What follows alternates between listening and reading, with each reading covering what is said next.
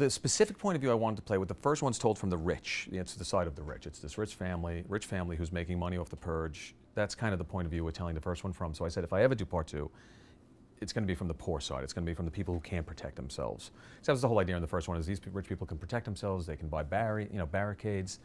If we go to part two, it'll be the people who can't really afford protection. That's the whole idea of this kind of, the way that, the subtle kind of political messages, how do we treat the poor in our society? And a lot of this came after the flood, in Louisiana, and the floods and everything that happened down there, and I saw what happened and how everybody was treated down there. A lot of this started there, and how we treat the poor in America. So we were like, let's focus on the poor. Let's go with the people who can't afford themselves. So the point of view is specifically, let's flip it. We did the rich, let's do the poor now in part two. Frank Grillo plays he goes unnamed in the movie. He's kind of a very mysterious character. He's clearly going out to purge. He's packing guns and body armor, and we don't know why. We get a couple of clues as to something's happened in his past with his ex-wife and maybe a child, but we don't know exactly what he's about to do in this night. So he's very mysterious. He's kind of like the lone gunman, kind of the Snake Plissken, Escape from New York kind of character. We don't know what he's really up to. So he's kind of this mysterious through line going out on this evening. And then the other characters, the first characters I came up with his mother and daughter who were struggling in the society. She was a single mom. We don't know where the father's gone. She's taking care of a very sickly father. And we're seeing them just struggle in this world financially. And the weight of the world is kind of on her shoulders to try to protect her daughter on this night, and her father who's dying.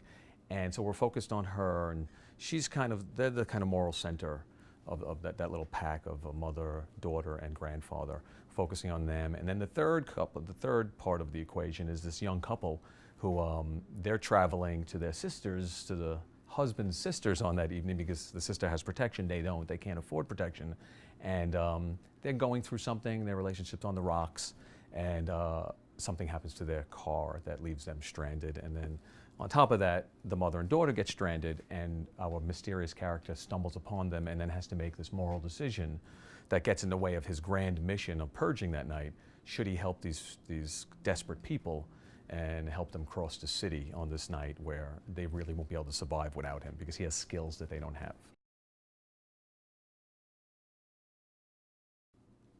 Is a real tough guy. He's not pretending to be tough. If anybody knows Frank and they'll see him in the movie, this is not a man pretending to be tough. Frank's actually really tough in real life.